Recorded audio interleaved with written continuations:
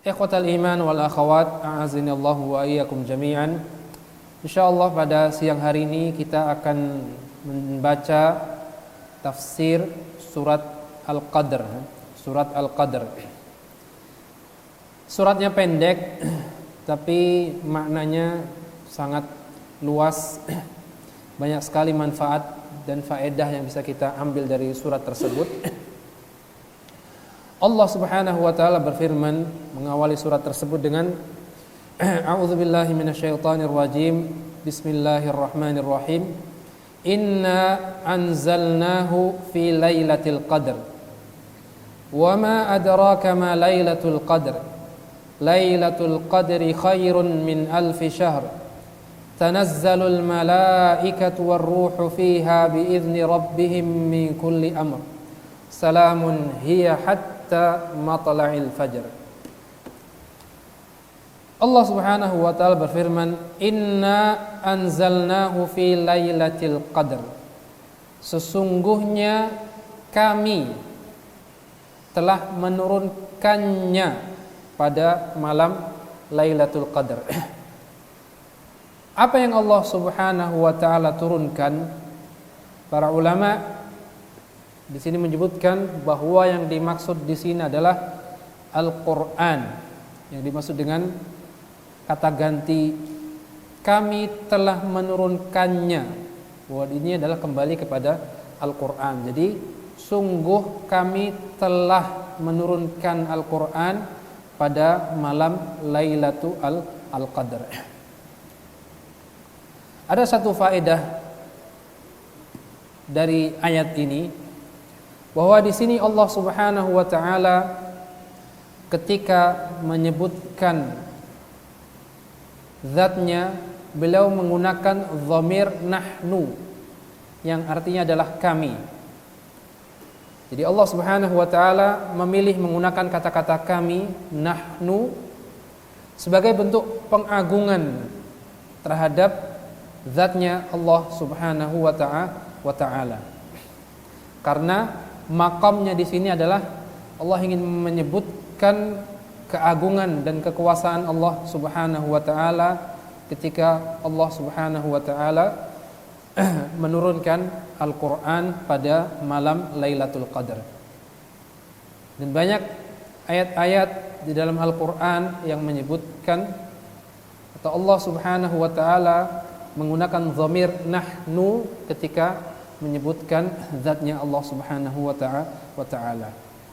Akan tapi dalam beberapa ayat Allah Subhanahu wa taala juga menggunakan dhamir atau kata ganti ana. Jadi saya, aku dan juga kami.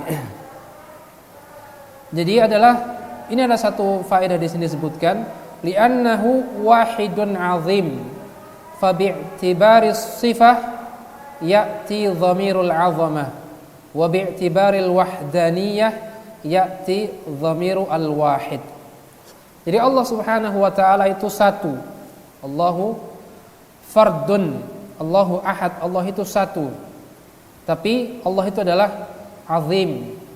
Allahu akbar, Allah itu maha besar. Jadi apabila Allah Subhanahu wa taala menyebutkan menyampaikan sesuatu dan makamnya adalah makam pengagungan dan penghormatan, maka Allah Subhanahu wa taala menyebutkannya menggunakan dhamir nahnu. Dan kebalikannya, ketika Allah Subhanahu wa taala menyebutkan sifat tentang dirinya yang itu lebih kepada Allah menjelaskan bahwa Allah itu maha satu, maka Allah itu menyebutkannya dengan dhamir ana. Ini contohnya dalam surat Thaha ayat 14, inni anallahu la ilaha illa ana. Sesungguhnya aku Allah Subhanahu wa taala la ilaha illa ana, tidak ada sesembahan yang berhak disembah kecuali aku, kata Allah Subhanahu wa taala. Jadi ketika Allah ingin menjelaskan keesaannya, maka Allah Subhanahu wa taala menggunakan kata-kata atau dhamir ana. Tapi dalam makam lain Allah Subhanahu wa taala menyebutkan dengan dhamir nahnu. Inna anzalnahu fi lailatul qadar. Sesungguhnya kami telah menurunkannya, yaitu Al-Qur'an, pada malam Lailatul Qadar. Jadi Allah Subhanahu wa taala, maknanya di sini adalah ibtada'na inzalahu fi lailatul qadar. Jadi kami memulai menurunkan Al-Qur'an pada malam Lailatul Qadar. Kita tahu bahwa Al-Qur'an Allah Subhanahu wa taala turunkan dalam waktu kurang lebih 23 tahun.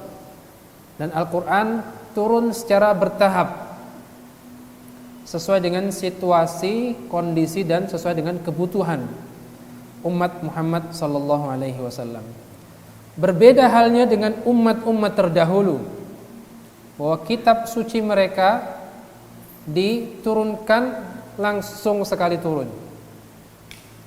Makanya orang-orang musyrikin ketika mereka mendebat Rasulullah sallallahu alaihi wasallam, mereka terkadang berargumen dengan dalih tersebut. Wahai Muhammad, mengapa Allah Subhanahu wa taala tidak menurunkan Al-Qur'an sekaligus sebagaimana umat-umat terdahulu? Ini bisa kita lihat dalam surat Al-Furqan, ya. Sebagian dalam surat Al-Furqan. Sebentar.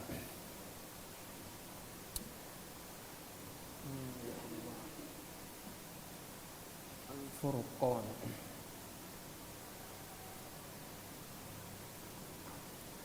وقال الذين كفروا لولا نزل عليه القرآن جملة واحدة. Dan orang-orang kafir, orang-orang musyrikin, mereka berkata, laula nuzila alaihil Qur'an. Mengapa Al-Qur'an ini tidak diturunkan kepada Muhammad sekaligus, itu sekali turun, tidak dicicil sedikit demi sedikit. Tetapi Allah Subhanahu wa taala menjelaskan di sana ada hikmah yang Allah inginkan dari menurunkan Al-Qur'an secara bertahap. Kadzalika linutsabbita bihi fuadak warattalnahu tartila.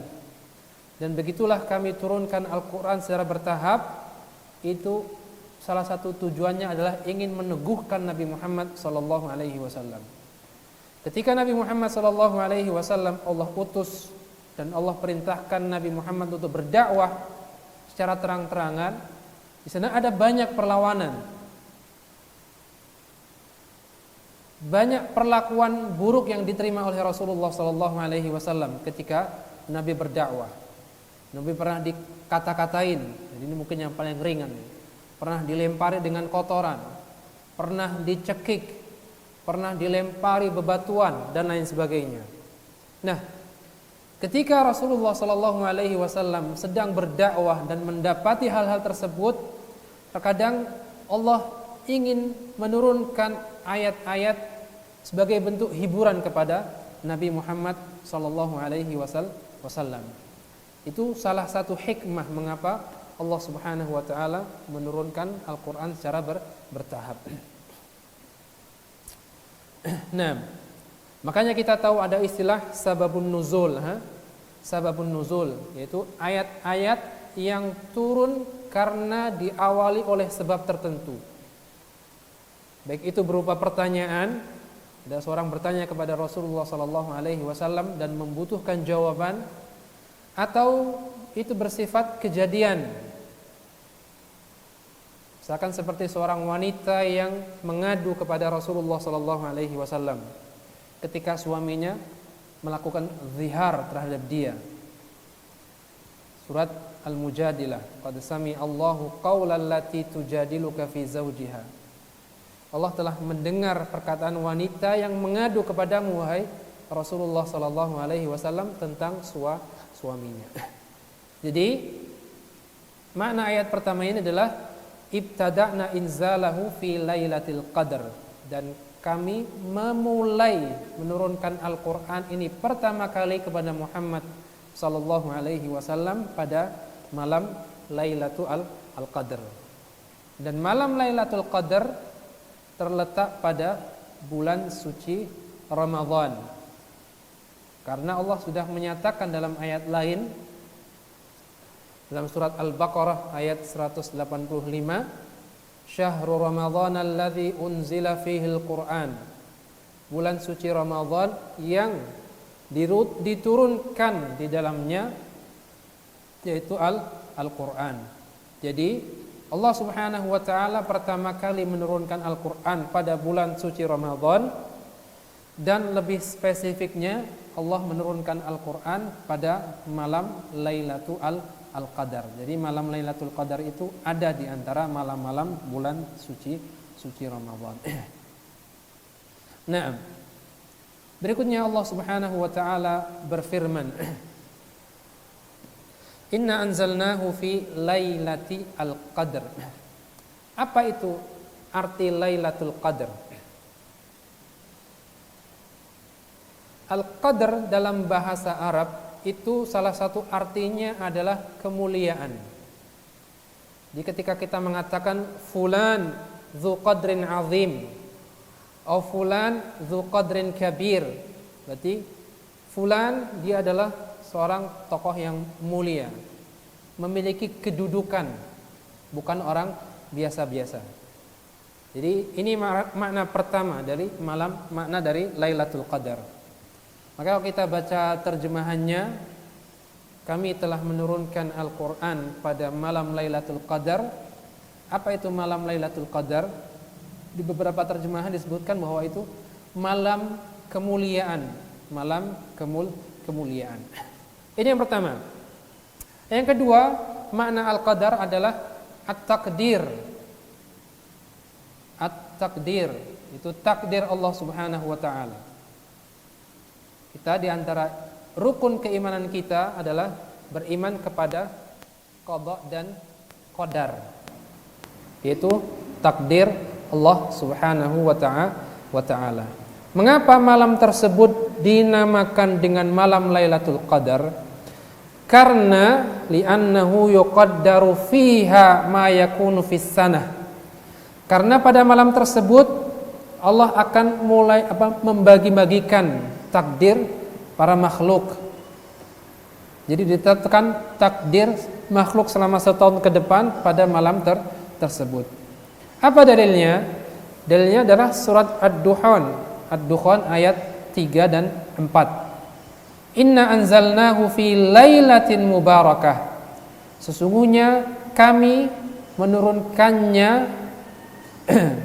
yaitu Al-Qur'an fi lailatin mubarakah, pada malam yang diberkahi. Inna kunna munzirin. Sesungguhnya kami memberi peringatan.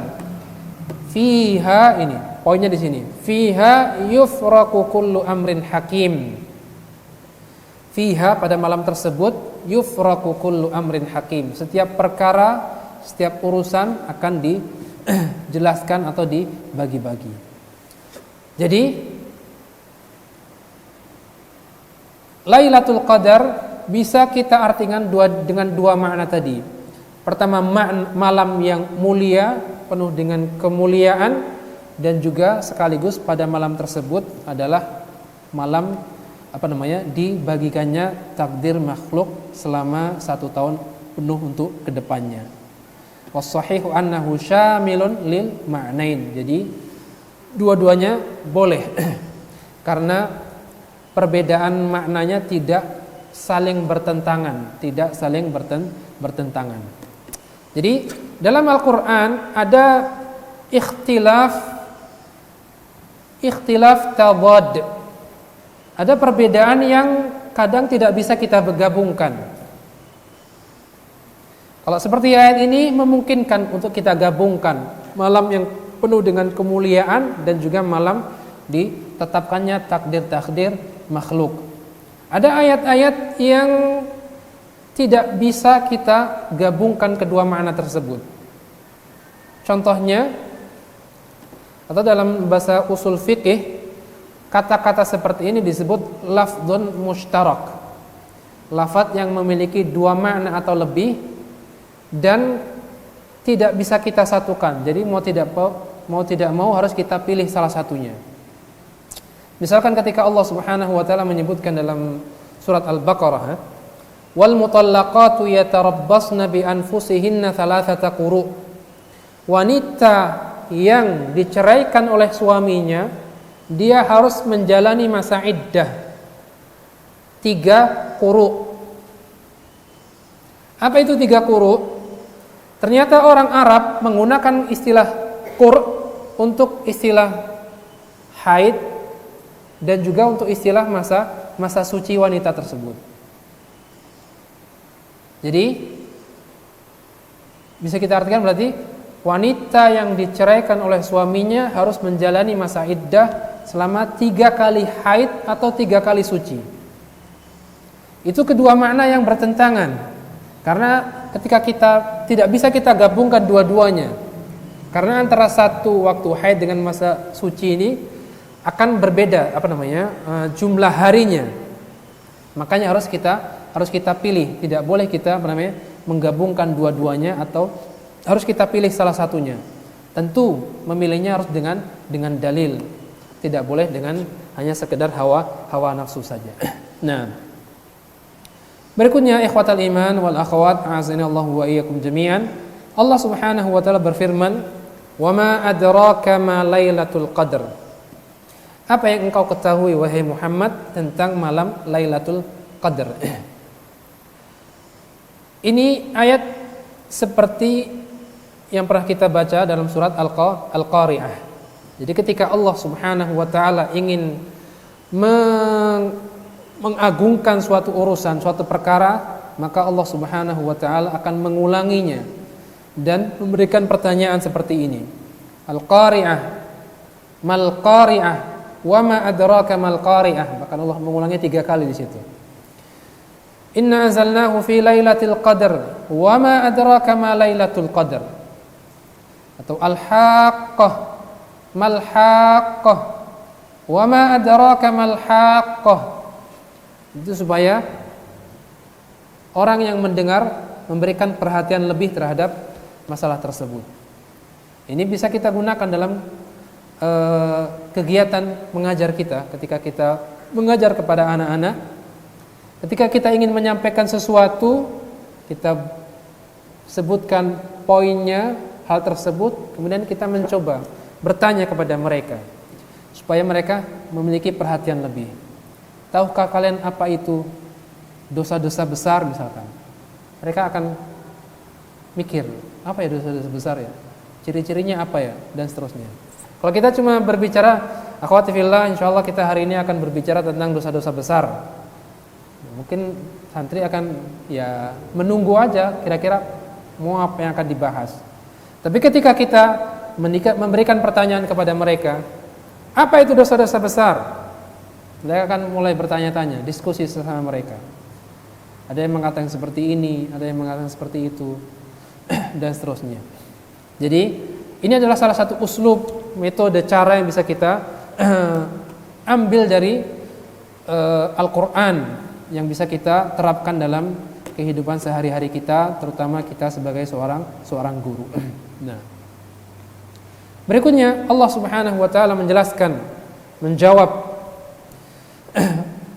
wa ma adraka ma lailatul qadar, lailatul qadri khairun min alfi syahrin. Malam Lailatul Qadar itu lebih baik, lebih utama dari 1000 bulan. Jadi satu malam itu keutamaannya, kebaikannya lebih dari 1000 bulan. Maksudnya di sini adalah keutamaan pahala dari amal yang dikerjakan pada malam tersebut. Jadi kalau kita membaca Al-Quran, Allah menyebutkan bahwa pahala membaca Al-Quran itu adalah 1 huruf diganjar dengan 10 kebaikan. 1 huruf diganjar dengan 10 kebaikan. Nah, ketika kita membaca Al-Quran pada malam Lailatul Qadar, maka pahalanya akan Allah Subhanahu wa taala lipat gandakan. Normalnya 10, Allah akan kalikan 1000. Dikalikan 1000. Amalan apapun itu, kita sholat, kita sedekah, dan lain sebagainya. Ini adalah salah satu karunia yang Allah Subhanahu wa taala berikan kepada umat Nabi Muhammad sallallahu alaihi wasallam, karena kita tahu bahwa umat Nabi Muhammad sallallahu alaihi wasallam itu umurnya berada di kisaran antara 60 sampai 70 tahun saja. A'maru ummati ma baina sittin wa sab'in. Rata-rata umur usia umatku, kata Nabi Muhammad sallallahu alaihi wasallam, adalah antara 60 sampai 70 tahun. Wa qalilun ma jawaza dzalik, dan sedikit sekali orang yang bisa melewati usia tersebut. Orang yang meninggal pada usia 80, 90, 100 dan seterusnya. Sangat sedikit di antara. Nah, berbeda halnya dengan umat-umat terdahulu. Berbeda halnya dengan umat-umat terdahulu. Kita baca dalam Al-Qur'an kisah Nabi Nuh alaihi salam, yang mana Allah menyebutkan bahwa Nabi Nuh itu falabitha fi qaumi, gimana bunyinya ayatnya? Falabitha fihim alfasanatin illa khamsina am. Nabi Nuh tinggal berdakwah bersama kaumnya itu alfasanah, 1 tahun, 1000 tahun atau 1 abad. Bukan 1 abad ya. 1 milenium. Iya. Alfasanatin, 1000 tahun kurang 50. Jadi hampir 150 tahun. Ada hampir 150. Astagfirullahaladzim. 950 tahun. Berarti umat Nabi Muhammad berapa persennya dibanding usia Nabi Nuh? Itu usia Nabi Nuh ketika berdakwah kepada kaumnya. Sebelumnya belum dihitung. Makanya ada sebuah kisah, walaupun kisahnya tidak benar ya, tidak benar. Banyak ulama mengatakan bahwa kisah itu tidak ada sumbernya. Ada suatu kisah menyebutkan bahwa Nabi Nuh pernah berjalan dan melewati seorang wanita yang sedang menangis. Ketika ditanya, "Mengapa engkau menangis?" Kata dia, "Aku menangisi putraku yang meninggal dalam usia masih muda, masih kecil." Ditanya sama Nabi Nuh alaihi salam, "Berapa usianya?" 300 tahun. 300 tahun itu adalah saghir, itu masih kecil, seumuran Naira, Jihan dan lain sebagainya itu. Nah, apa kata Nabi Nuh alaihi salam? Dia mengatakan, "Wahai bunda, apa yang engkau lakukan apabila engkau tinggal atau hidup bersama orang-orang yang usianya tidak lebih daripada 60 atau 70 tahun?" Itu maksudnya umat Nabi Muhammad SAW. Dia kaget, emang ada manusia yang umurnya hanya segitu? Kata dia, "Kalau seandainya aku hidup di masa itu, maka aku akan jadikan hidupku semuanya untuk sujud kepada Allah Subhanahu wa taala." Tapi ini kisah hanya sekedaran aja ya, wawasan aja ya, tidak usah diambil karena banyak ulama menyatakan bahwa kisahnya itu adalah kisah yang tidak ada asalnya, tidak ada sumbernya. Nah, jadi ala kulli hal, ikhwatal iman wal akhwat, azanallahu wa iyyakum jami'an, malam Lailatul Qadar merupakan satu karunia dari Allah Subhanahu wa taala. Ya tadi, karena Allah tahu bahwa umat Nabi Muhammad itu pendek-pendek. Jadi supaya kita bisa mengungguli mereka-mereka umat terdahulu dalam hal ibadah dan lain sebagainya, maka Allah Subhanahu wa taala memberikan satu malam yang mana ketika seseorang mengamalkan suatu amalan pada malam tersebut, maka balasannya Allah lipat gandakan, lebih baik daripada 1000 bulan. Maka dalam beberapa hadis disebutkan, "Man qama Lailatul Qadri imanan wa ihtisaban, ghufira lahu ma taqaddama min dzambi." Barang siapa yang melakukan salat malam pada malam Lailatul Qadar imanan wa ihtisaban, sebagai bentuk keimanan dia kepada Allah Subhanahu wa taala yang telah memberikan dia karunia malam Lailatul Qadar, dan wahtisaban, dan dia mengharap pahala dari amalan yang dilakukan pada malam tersebut, balasannya adalah ghufira lahu ma taqaddama min dzambi, yang mana Allah Subhanahu wa taala akan mengampuni dosa-dosanya yang telah lalu. Jadi sangat merugi ya apabila seorang muslim, seorang muslimah menyia-nyiakan malam Lailatul Qadar. Nanti kita akan singgung insyaallah kapan tepatnya waktu Lailatul Qadar itu. Nah, berikutnya Allah Subhanahu wa taala berfirman, "Tanazzalul malaikatu war-ruhu fiha biizni rabbihim min kulli amr. Salamun hiya hatta matla'il fajr." Tanazzalul malaikah. Tanazzalu ini adalah fi'il mudhari' ya. Seharusnya ini bunyinya adalah tatanazzalu. Jadi dari fi'il tanazzala yatanazzalu, berarti tatanazzalu. Tapi karena di sana ada dua ta yang bertemu dan harakatnya sama, akhirnya hanya dibaca satu ta saja, tanazzalu.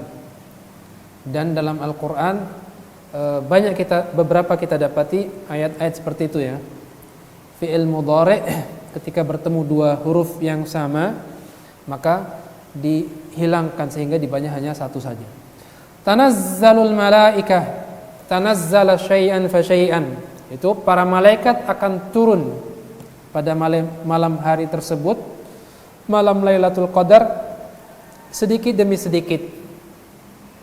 Karena arti dari tanazzala itu adalah turun, istilahnya ada berapa proses turun.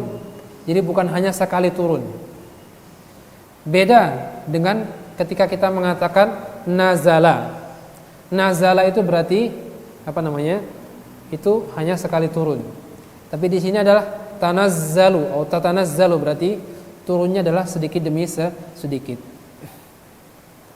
Sebagaimana Allah Subhanahu wa taala menurunkan Al-Qur'an, wa nunazzilu minal Qur'an, wa nunazzilu minal Qur'an.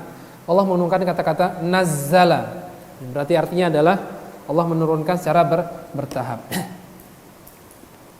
Li'annal malaikah sukkanus samawat was samawatu sab'un fatatanazzalul malaikatu ilal ardi syai'an fa syai'an hatta tamla'al ard. Jadi malaikat itu kebanyakan mereka adalah penghuni langit. Penghuni langit, dan jumlahnya sebagaimana pernah kita sampaikan bahwa jumlahnya mereka tidak terhingga ya.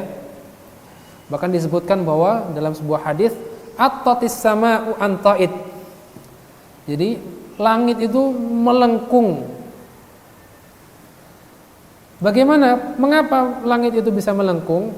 Karena ma min maudhi'i jabhatin illa wa fihi malakun sajidun aw raki'un lillah.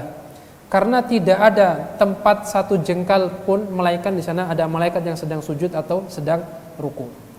Jadi sangat banyak sekali.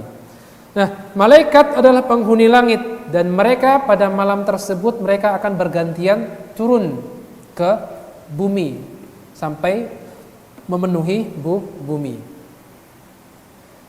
Makanya kita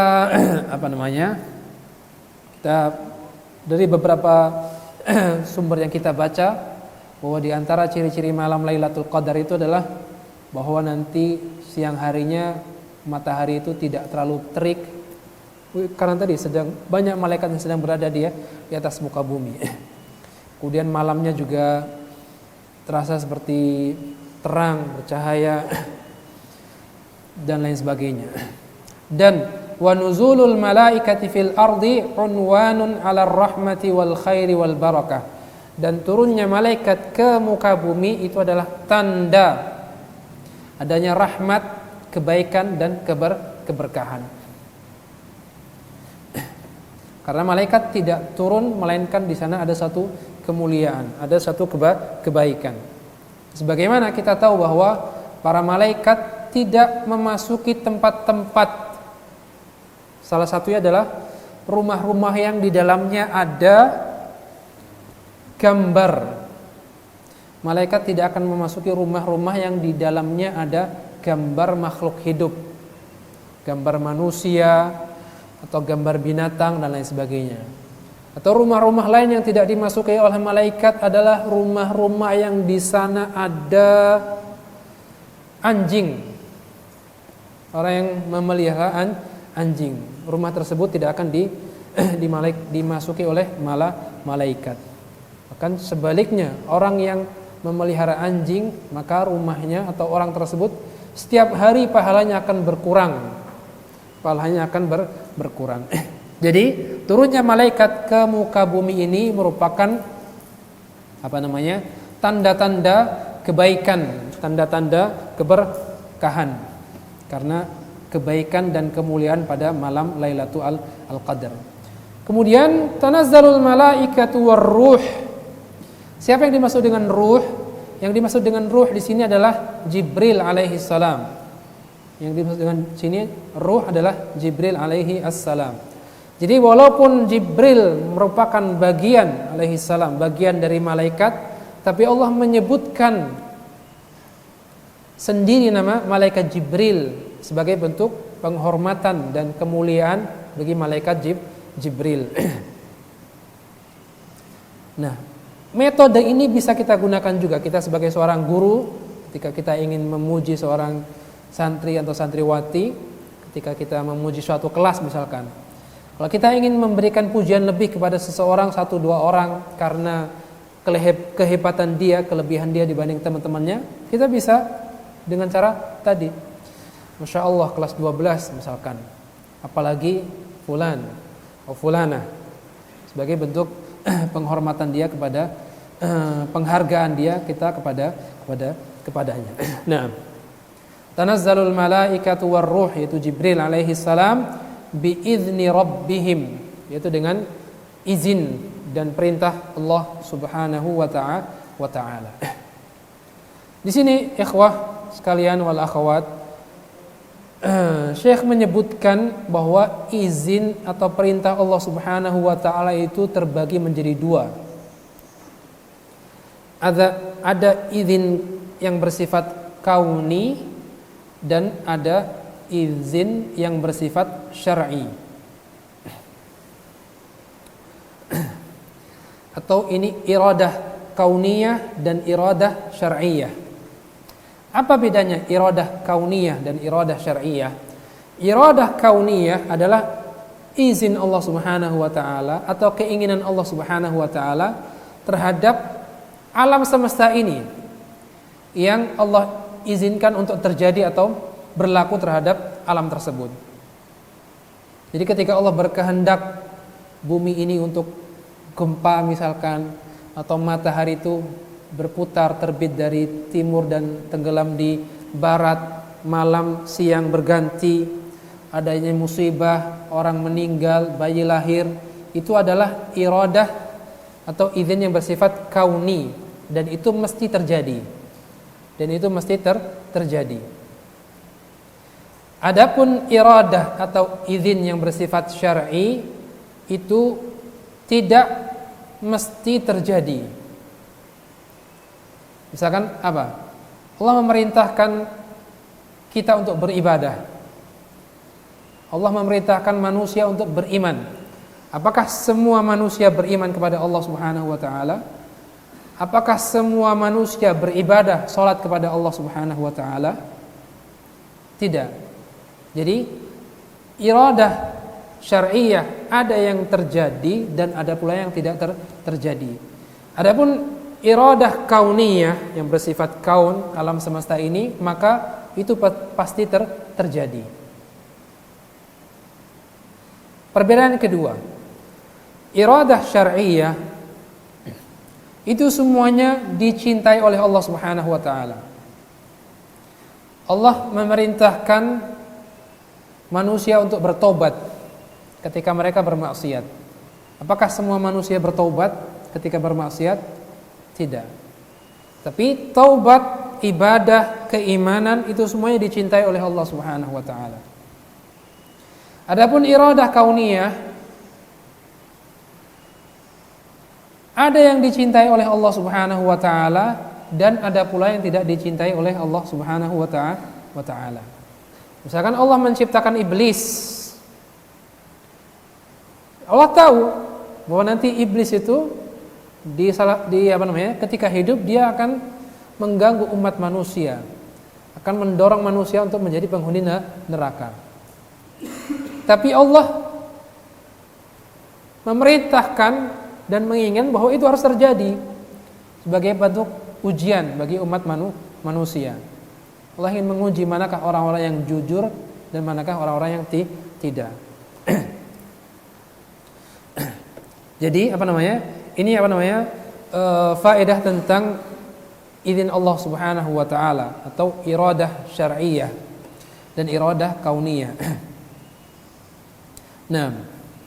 Tanazzalul malaikatu war-ruhu fiha biizni rabbihim min kulli amr. Dan mereka turun dengan izin dan perintah Allah Subhanahu wa taala, dan mereka turun dengan membawa perintah-perintah yang Allah Subhanahu wa taala telah titipkan bersama dengan mereka. Biizni rabbihim min kulli amr. Bi kulli amrin mimma ya'muruhum Allah Subhanahu wa taala bihi. Mereka datang turun ke muka bumi dengan membawa apa-apa yang telah Allah Subhanahu wa taala perintahkan kepada mereka. Salamun hiya hatta matla'il fajr. Keselamatan dan kesejahteraan hiya, yaitu malam tersebut. Malam Lailatul Qadar adalah berisik keselamatan dan kesejahteraan bagi umat manusia hatta matla'il fajr, sampai terbitnya fajar di pagi hari. Mengapa Allah Subhanahu wa taala mensifati malam Lailatul Qadar dengan as-salam? Itu kesejahteraan atau keselamatan, ya. Karena likathrati man yaslamu fiha minal atham wa uqubatiha. Karena banyaknya orang yang selamat pada malam hari tersebut dari dosa-dosa, maksiat-maksiat dan iqab atau siksaan yang Allah berikan kepada mereka-mereka yang melakukan dosa-dosa tersebut.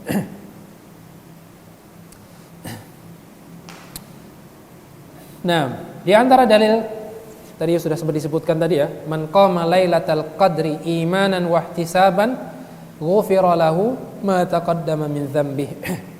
Barang siapa yang bangkit mengerjakan salat malam pada malam Lailatul Qadar imanan wa ihtisaban, dalam rangka mewujudkan keimanannya kepada Allah Subhanahu wa taala, wa ihtisaban, mengharapkan pahala dari Allah Subhanahu wa taala, ganjaran yang Allah berikan sediakan pada malam tersebut, maka balasannya adalah ghufira lahu ma taqaddama min dzambih.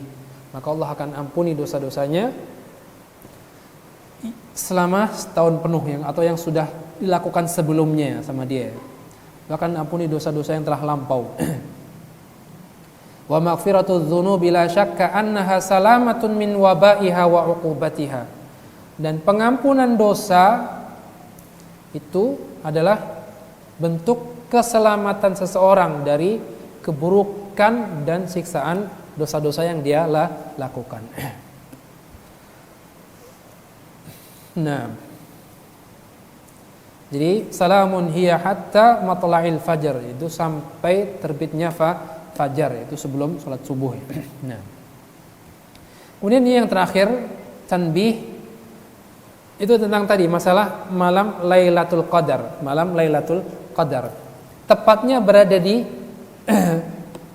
karena malam bulan suci Ramadan itu kan jumlahnya antara 28 sama 29 hari, dan setiap hari di sana ada malam. Jadi sekian banyak hari itu ada pada malam yang keberapa malam Lailatul Qadar. Nabi SAW pernah i'tikaf pada 10 malam pertama dari bulan suci Ramadan karena ingin mencoba mendapatkan malam Lailatul Qadar. Kemudian Nabi pernah juga i'tikaf di 10 pertengahan dari bulan suci Ramadan. Di 10 pertama Nabi pernah beriktikaf, 10 kedua Nabi pernah beriktikaf. Kemudian Nabi juga pernah beriktikaf pada 10 malam terakhir, dan itu yang lebih banyak Nabi lakukan.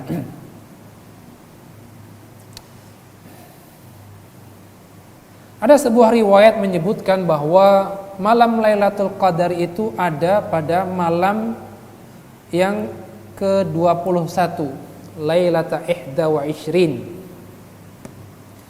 Apa dalilnya? Karena Nabi pernah melihat dalam satu mimpi bahwa Nabi melihat dalam mimpi tersebut Nabi sujud dan di jabin, apa ini namanya? Kening. Jidat Nabi Muhammad SAW ada bekas airnya. Dan akhirnya ketika Nabi subuhnya sholat dan malam itu turun hujan, dan kita tahu bahwa Masjid Nabawi itu kan tidak ada atapnya seperti ini, masjidnya kan terbuka. Ada beberapa tempat yang diatapin, tapi atapnya adalah dedaunan yang memungkinkan hujan untuk air merembas. Jadi karena hujan di sana sedikit sekali, jadi jadi tetap dibiarkan terbuka. Nah, pada malam hari tersebut Nabi bermimpi dan melihat dia sujud dan melihat ada bekas tanah di keningnya atau air di keningnya.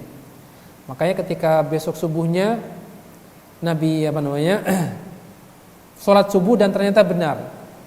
Akhirnya dari situ para ulama mengambil faedah atau kesimpulan bahwa malam Lailatul Qadar itu ada pada malam yang ke-21.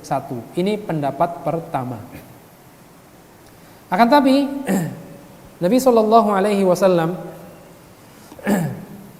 tadi ya, Nabi pernah mengatakan iltamisuha fil ashril awakhir.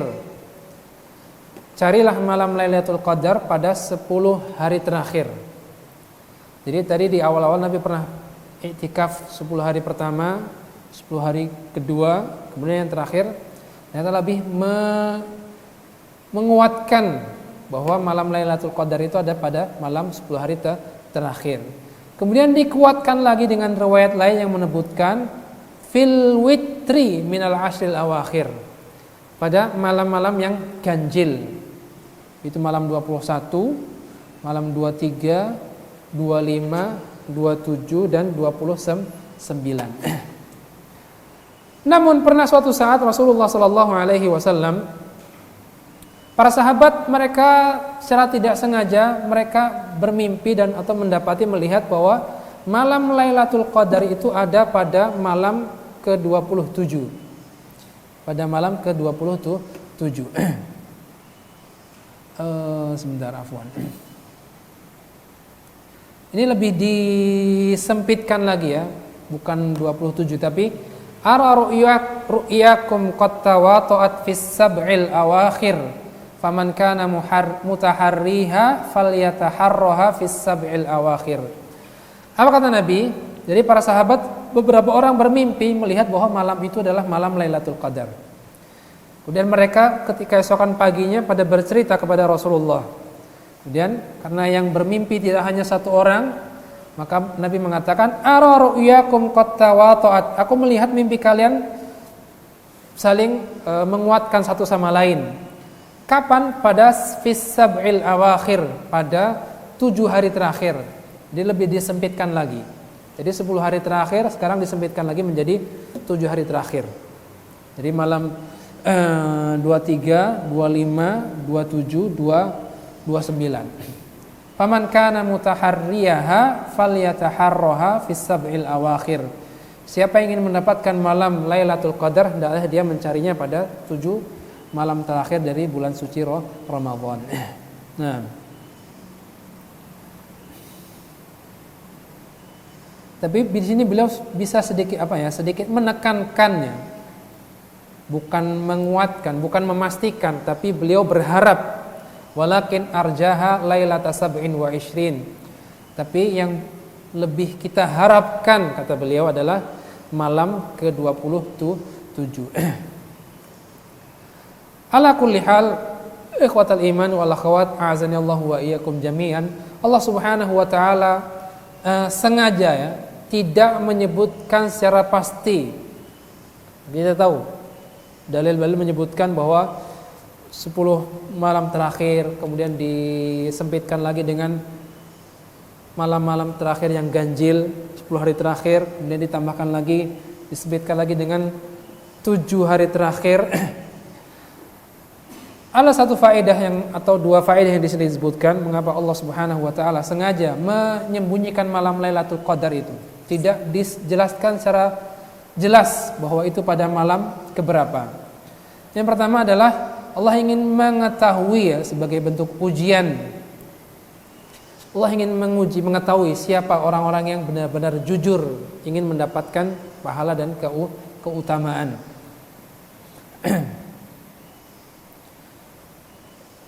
Sebagaimana Allah Subhanahu wa taala menyebutkan ujian itu juga bagian dari musibah-musibah yang menimpa seseorang, juga merupakan bagian dari ujian. Ahasiban nasu an yutraku an yaqulu amanna wa hum la yuftanun. Apakah mereka menyangka manusia itu bahwa mereka itu dibiarkan begitu saja mengaku dirinya beriman lalu tidak diuji? Alangkah mudahnya seperti itu. Tapi Allah menguji manusia dengan musibah-musibah dan lain sebagainya, supaya Allah ingin tahu apa lanjutan ayatnya? Allahu musta'an. Ahasiban nasu an yutraku an yaqulu amanna wa hum la yuftanun wa laqad fatanna alladhina min qablihim fala ya'lamanna Allahu alladhina shadaqu. Allah ingin mengetahui betul siapa yang benar-benar jujur ketika dia mengatakan dirinya beriman. Wala ya'lamannal kadzibin, dan juga kami akan mengetahui orang-orang yang dusta dalam sangkaan sangkaan tersebut. Ini sebagaimana dalam kehidupan, tidak hanya dalam urusan agama saja, dalam urusan dunia pun juga banyak orang bermimpi pengen ini dan itu, tapi tidak semuanya mau dan berusaha mengerahkan usahanya untuk mendapatkan hal tersebut.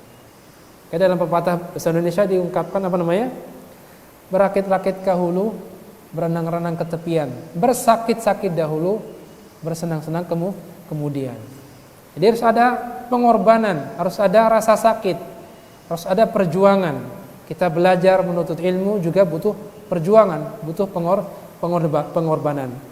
Apalagi kita ingin masuk surga, maka tentu perjuangannya, ujiannya akan lebih besar lagi. Makanya orang yang paling berat ujiannya itu adalah para al-anbiya, para nabi. Karena keimanan mereka begitu tinggi, maka ujian mereka akan semakin besar lagi. Yang tadi kita sampaikan, Nabi pernah dikata-katain, pernah dicemooh, pernah dituduh macam-macam, pernah dilempari kotoran, dicekik, bahkan sampai gigi taring beliau patah, pernah berdarah kepalanya, dilemparin batu sampai kakinya berdarah. Kita sebagai umat Nabi Muhammad, mungkin kita belum pernah mendapatkan seperti itu. Pernah kita, kalau dikata-katain mungkin kita sering ya. Tapi kalau kita sampai mungkin dilemparin batu, pernah. Kecuali mungkin kalau yang dulu kecilnya nakal ya, ngelemparin mangga tetangga, akhirnya dilemparin lagi. Jadi itu tadi, ujian itu adalah musibah, itu adalah ujian dari Allah Subhanahu wa taala. Allah ingin mengetahui mana orang-orang yang jujur ketika mereka mengatakan dirinya beriman.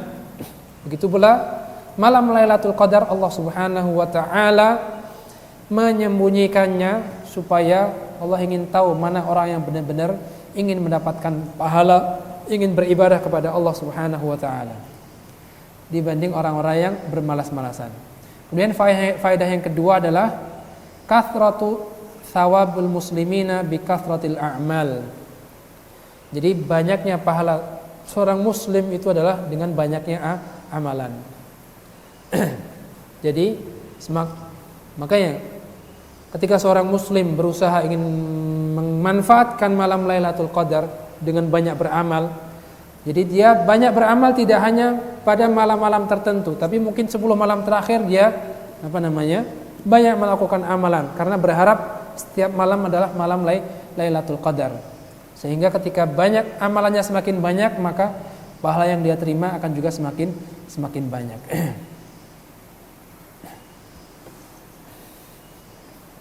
Jadi itu diantara dua faedah mengapa Allah Subhanahu wa taala menyembunyikan malam Lailatul Qadar dan tidak menentukan dengan pasti kapan malam Lailatul Qadar tersebut. Nah, kemudian yang terakhir ini beliau menyebutkan beberapa keutamaan dari malam Lailatul Qadar ya. Yang pertama adalah bahwa Allah Subhanahu wa taala menurunkan Al-Qur'an pada malam tersebut. Allah menurunkan Al-Qur'an pada malam tersebut. Yang mana Al-Qur'an itu adalah kitab suci umat muslim, umat Islam, buku pedoman dan buku petunjuk mereka yang akan mengantarkan mereka menuju kebahagiaan baik di dunia dan akhirat. Dan di antara kemuliaan malam Lailatul Qadar di situ adalah bahwa Allah Subhanahu wa taala mengulangi tadi ya dengan kata-kata wa ma adraka ma Lailatul Qadar. Jadi tidak banyak hal-hal yang mulia yang ada dalam agama Islam, tapi tidak semuanya ketika Allah menyebutkannya dalam Al-Qur'an, Allah menyebutkannya secara berulang-ulang dengan tanda tanya tadi, wa ma adraka ma Lailatul Qadar, apa yang engkau ketahui tentang malam Lailatul Qadar. Kemudian yang ketiga adalah malam Lailatul Qadar itu lebih mulia, lebih utama dari 1000 bulan.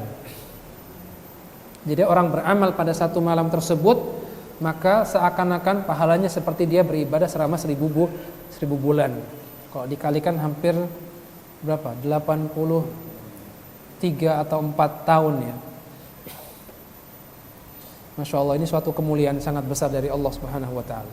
Kemudian di antara kemuliaan malam Lailatul Qadar adalah bahwa malaikat pada turun ke muka bumi pada malam tersebut. Dan ini adalah tanda kebaikan. Karena malaikat tidak turun melainkan dengan membawa kebaikan dan keberkahan. Kemudian yang kelima adalah Allah mensifati malam tersebut dengan salam. Itu kesejahteraan atau keselamatan. Likathratis salamati fiha minal iqab, karena banyaknya orang yang terbebaskan dari azab dan siksa karena amal ketaatan yang mereka lakukan. Dan yang terakhir, keutamaan malam Lailatul Qadar adalah Allah menurunkan tentang keutamaan malam tersebut dalam satu surat khusus. Allah menurunkan satu surat khusus yang menjelaskan tentang keutamaan malam Lailatul Qadar. Ini adalah satu kemuliaan, salah satu kemuliaan yang Allah berikan kepada malam Lailatul Qadar, yang mana ayat tersebut akan dibaca sampai hari kiamat nanti. Nah, ini saja yang bisa kita sampaikan atau sama-sama bisa kita kaji pada kesempatan siang hari ini. Semoga apa yang bisa kita dengarkan bisa kita fahami dan bisa kita ambil yang baik, kemudian kita bisa mengamalkannya. Fabashshir ibad, berilah kabar gembira kepada alladzina yastami'una al-qawla fayattabi'una ahsanah. Kabar gembira bagi orang-orang yang mau mendengarkan perkataan wa yattabi'una ahsana, kemudian dia bisa mengamalkan atau mengikuti yang baik dari perkataan-perkataan tersebut. Jadi sebuah nikmat ketika seseorang mau dan memiliki keinginan untuk mau mendengarkan ilmu dan kajian. Karena dalam Al-Qur'an banyak disebutkan kondisi orang-orang kufar, orang-orang yang menolak ajaran Islam, menolak dakwah para anbiya. Mereka dari sejak awal tidak mau mau mendengar apa yang disampaikan para nabi tersebut. Lihat kisah Nabi Nuh alaihi salam, ja'alu asabi'ahum fi adhanihim. Mereka meletakkan jari-jari mereka di telinga mereka karena tidak mau mendengar apa yang disampaikan oleh Nabi Nuh. Dan itulah penyesalan orang-orang kafir ketika mereka nanti akan dimasukkan ke dalam neraka. Allah Subhanahu wa taala berfirman dalam surat Al-Mulk di mana Allah menyebutkan lau kunna nasma'u aw na'qilu ma kunna fi ashabis sa'ir. Kalau seandainya, mereka berandai-andai dan itu sudah tidak mungkin terwujud lagi ya. Kalau seandainya nasma' dahulu kita mau mendengar. Jadi mendengar itu adalah kunci awal kita untuk mendapatkan hidayah dari Allah Subhanahu wa taala. Lau kunna nasma'u aw na'qilu ma kunna fi ashabis sa'ir. Kalau seandainya kita mau mendengar dan mau mencoba merenungi, memahami, tentu kita tidak akan menjadi penghuni neraka sa'ir.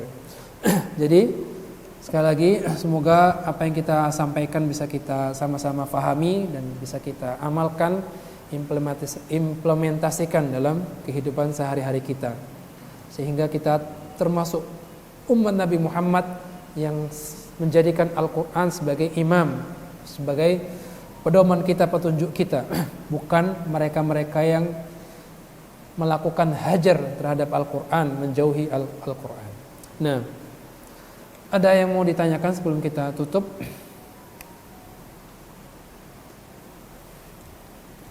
Tidak ada. Apabila tidak ada pertanyaan, kita akhiri pertemuan kita dengan doa kafaratul majlis. Subhanakallahumma wa bihamdika asyhadu an la ilaha illa anta astaghfiruka wa atubu ilaik.